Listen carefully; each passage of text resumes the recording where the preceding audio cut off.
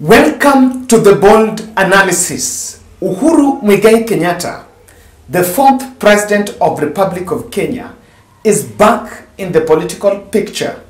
And I can tell you that this is bad news to William Samoei Ruto because it's coming at the time his presidency is facing big rebellion. And I want us to look at that. But before that, guys, I have some very urgent appeal. I need your support here. This girl here, Marvel, is studying in Maseno University second year. She's been trying to get me for better part of this week. So she's supposed to do exams tomorrow. They're supposed to do the second year exams tomorrow. And she has a fee balance of 44,000. So apparently she has told me that she didn't do the other semester exam because she could not sign the nominal roll.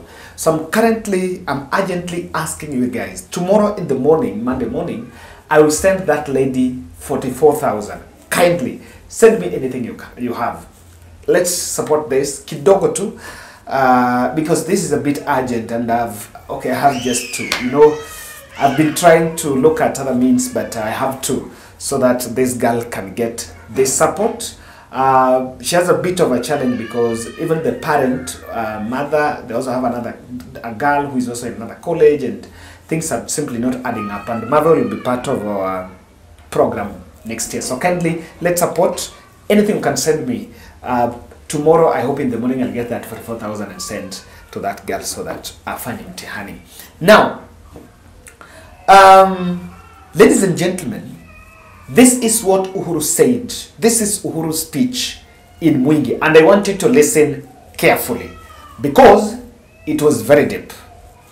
Nimekuja siku ya leo kuungana pamoja nanyi kwa mwalimu kwa ndugu yangu ndugu Steve, ambaye aliniambia ya kwamba tumekuwa tukipanga for a while ya kwamba angependa tuje pamoja, tushirikiane pamoja.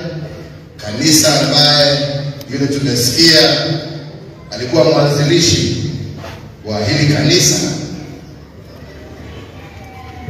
na nikasema mimi niko tayari kuja sasa, tusukume pamoja na yeye, marafiki hawa wetu wote ambao wamefika na wengine ambao wametutuma, tuungane na wananchi wa Mwingi kuona ya kwamba tumemaliza hii nyumba ya Mungu hapa Mwingi, ambayo itakuwa kama taa ya kumsifu Mungu wetu, kanisa kubwa na safi. Ningependa kumshukuru mjumbe wenu kwa sababu kweli nimeona wewe kakuja kutujengea huko Katuni pia tuwe na nyumba kama hii, na sisi tujigambe huko pia. Vile Bishop amesema, hii sio safari yangu ya kwanza kuja katika hii kiwanja ya kanisa hili. Kuna wakati ambapo nilikuwa nimetembea hapa nikiwa rais wa shughuli tofauti, na wakanialika ile kanisa ingine pale, na tukakuja baada ya shughuli tulikuwa nayo, tukashirikiana pamoja, tukaomba pamoja, na nataka kushukuru kwa sababu maombi yalifika na tukafanikiwa na yale ambayo tulikuwa tunaombea. Asante sana. Kwa hivyo hiyo ni sababu mbili yangu kuwa pamoja nanyi siku ya leo. Mengi amesema, mimi sitaki niongee mengi ya maneno.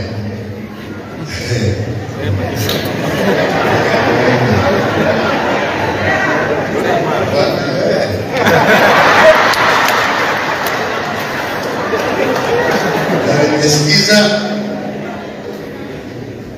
lakini nimeshukuru kuona vile viongozi wamekaa pamoja, kwa sababu mimi sifichi kusema ya kwamba pale ambapo mimi nasimamia, mimi naambianga watu mimi ni mwana Azimio. Na hapo nilipo Mimi sio mtapeli wa kuruka huku na kuruka huku, sijui ati leo iko hivi, leo iko hivi. Mimi nikitoa msimamo wangu, mimi nakaa na msimamo wangu, kwa sababu hivyo ndivyo tulifundishwa na wale wazee ambao walitufundisha siasa.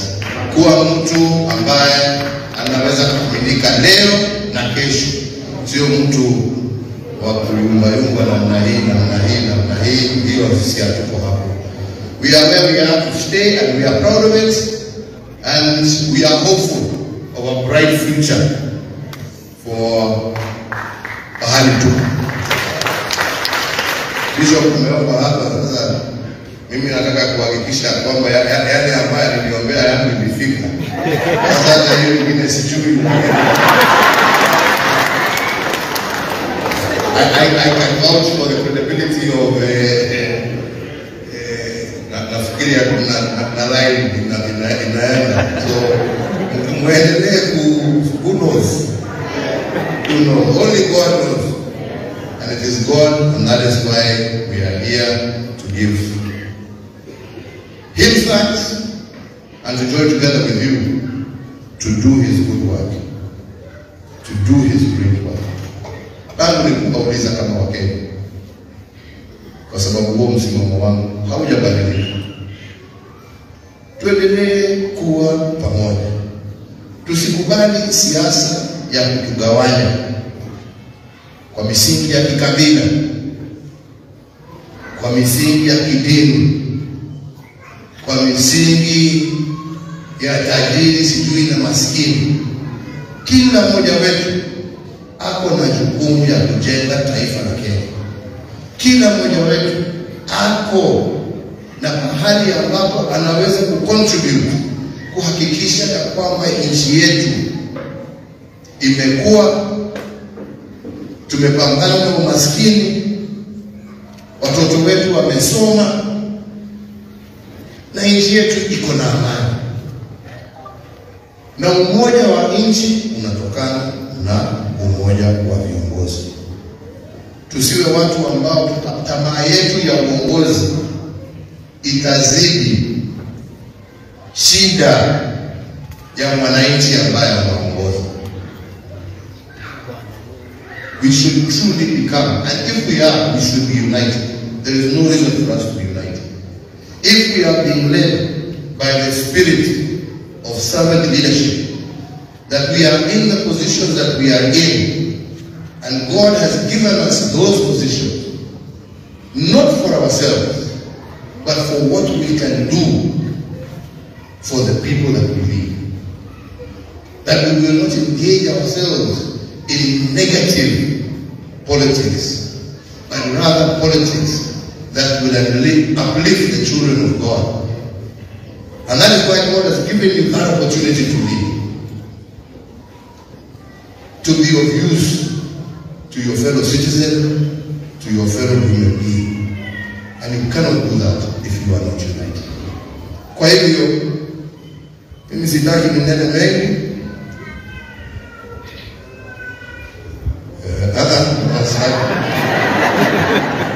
Na sio kwa sababu naogopa, don't think hiyo mambo ya kuogopa iliisha. Tumetishwa, tumeambiwa nini, tumeambiwa sijui nini, kila saa mtu akishindwa njia ya kufanya kitu yake, sijui serikali iliyopita. Sasa kesho yake mtasema hata watoto wakikataa, ama mama akikataa kuzaa,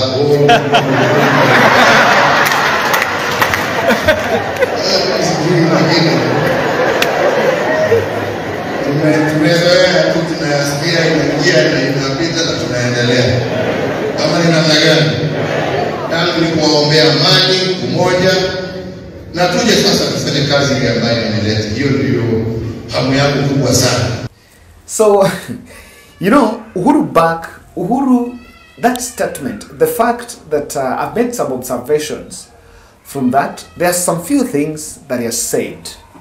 In that event, it was a church fundraiser, and he donated 1 million and again pledged another 3 million that will be handed over after collecting from other friends. So he has done a whopping 4 million in a church donation. I think that is the first ever donation he's making since leaving the presidency, and that's like the third or the fourth appearance he's making.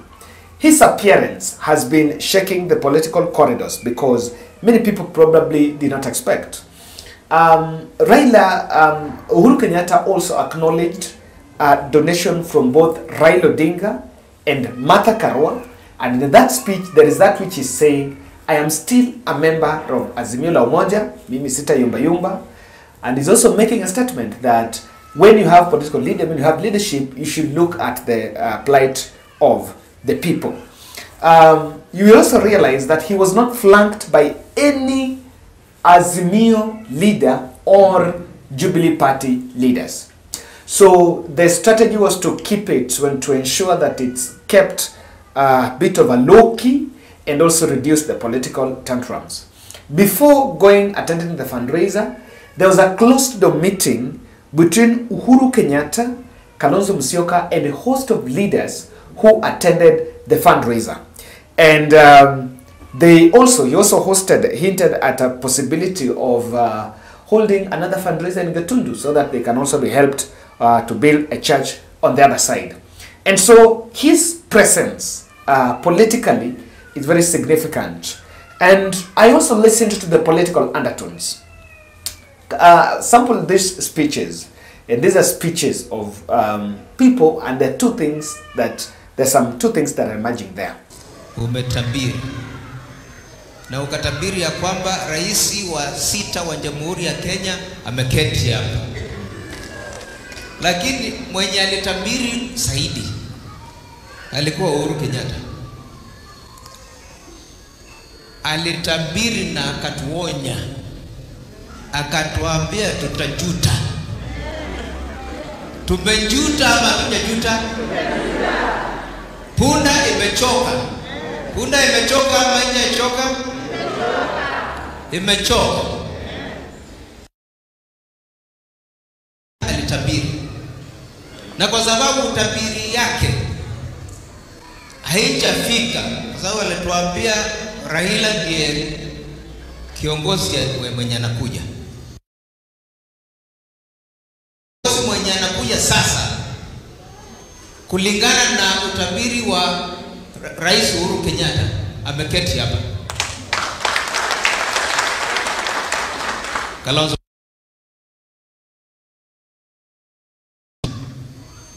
Because nimesikia ya kwamba budget ya Kenya itaongezewa kutoka 2.8 billion ifike 2.8 trillion ifike 3 trillion. Na hiyo difference, finance ya hiyo difference, wataongezea VAT kutoka 16% to 18%. This is very important. Tulitembea na wewe tukaenda Bondo. Na kwa kule Azimio leader Raila Amolo Odinga describe na akasema wewe ni mtu mwaminifu, wewe ni mtu ambaye you are a statesman, wewe ni mtu ambaye ni faithful, and he said that the Azimio team will work with you. Leo President Uhuru Muigai Kenyatta amekuja hapa Mwingi. For me, he does not need to say anything else. Yeye kwanza kufika hapa ni thibitisho tosha ya kwamba mafuta yamemwagiliwa His Excellency Dr. Stephen Kalonzo Musyoka achukua kama uongozi wa Kenya. Na sisi kwa pamoja tutasimama pale. I would have said 2 more things, but in the interest of time, Mr. Leader, I will use my time to govern our agenda. I thank you. Number one, Uhuru, we want you back. Uhuru, you want us. That person is talking about wonders. The other person is talking about bipartisan talks, that if the cost of living is not going to be addressed there, then they will have to walk out of bipartisan talks. And the Kitui senator is also saying that if in any case that they will need to resort to street protest, then he will be leading from the front. So I can tell you that those political undertones I can prove to you that that Uhuru Kenyatta's trip to that place was also politically significant. And it was politically significant because at this time, Azimio la Umoja is planning on who is going to take on William Ruto. And the vector points at one man, Stephen Kalonzo Musyoka. Stephen Kalonzo Musyoka. And while he was saying there, you know, the leaders were asking that because it was the other side, it was in Bondo, and Raila endorsed Kalonzo, and then Uhuru Kenyatta is also going to Mwingi, hanging out with Kalonzo Musyoka. It's a clear indication of the blessings, or rather the oil that Kalonzo Musyoka is receiving. Now, what should not come out, and that is what I insist, is that I know the Kenya Kwanza side will insist that if Uhuru Kenyatta could not deliver presidency to Raila while he was a president, can he support Kalonzo Musyoka? And can he deliver to Kalonzo Musyoka? I don't think that's the point. Many people forget the biggest input that Uhuru Kenyatta did. Uhuru Kenyatta gave Raila Odinga the state resources, gave Raila Odinga access, and funded the Azimio campaigns. There is no other way to say it. That is how to say it. You know, mtu akishafanya mzuri amefanya mzuri. There is no any other twist around it. And so, Uhuru Kenyatta is coming out, the first public appearance. Remember, there was a birthday, the whole birthday frenzy that happened last year in Mount Kenya on 26th October. He didn't appear. In fact, he was called and he did not divulge whether he was out of the country or in the country. And he's been quiet about any other, about engagement or rather responding to Kenya Kwanza.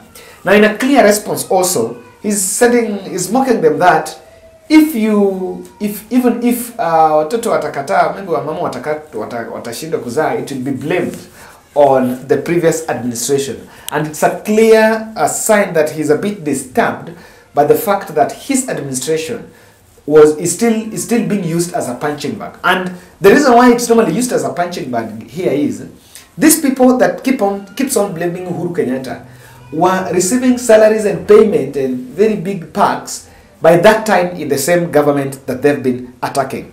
But to me, there are two things that stood out, and that's why I want to narrow down my interpretation, my political interpretation of that trip. Number one, siku hizi sina hiyo woga iliisha.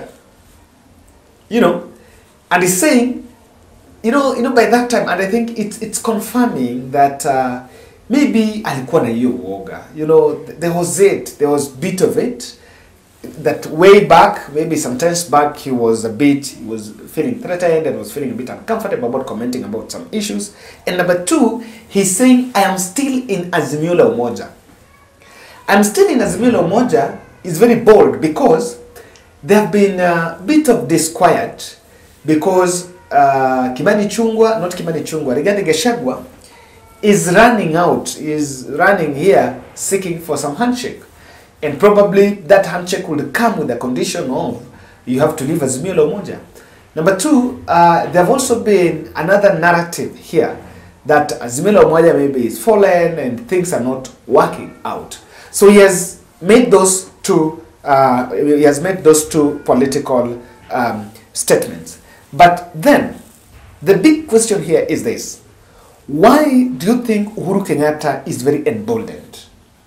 He comes out bold, he comes out a man who is very reserved, and you need to say this, you need to realize this. Splashing 4 million, I have seen other donations, Raila's 200, Martha Karua 50, Kalonzo Musyoka was the host 500,000, and himself giving 5 million was also a political message. 4 million was also a political message that I'm not a pushover, and when it comes to maybe if it's about political context, he's showing a signal that he's still out and can still fuel a big political context. Now, why Uhuru Kenyatta is emboldened is, number one, this man, Maina Njenga factor. Maina Njenga, I believe, do not really need a political seat in Mount Kenya. And he's been trying to wade through either side of Uhuru Kenyatta or William Ruto. And what Uhuru handlers have seen on what is happening around Maina Njenga, the way the Mount Kenya youth are regrouping around Maina Njenga, is a clear sign that things are not as they were in the past. Number two, I also need to repeat that this issue of Maina Njenga, Uhuru Kenyatta handlers have come out and explained that there is nowhere that Uhuru Kenyatta has come out to endorse anyone.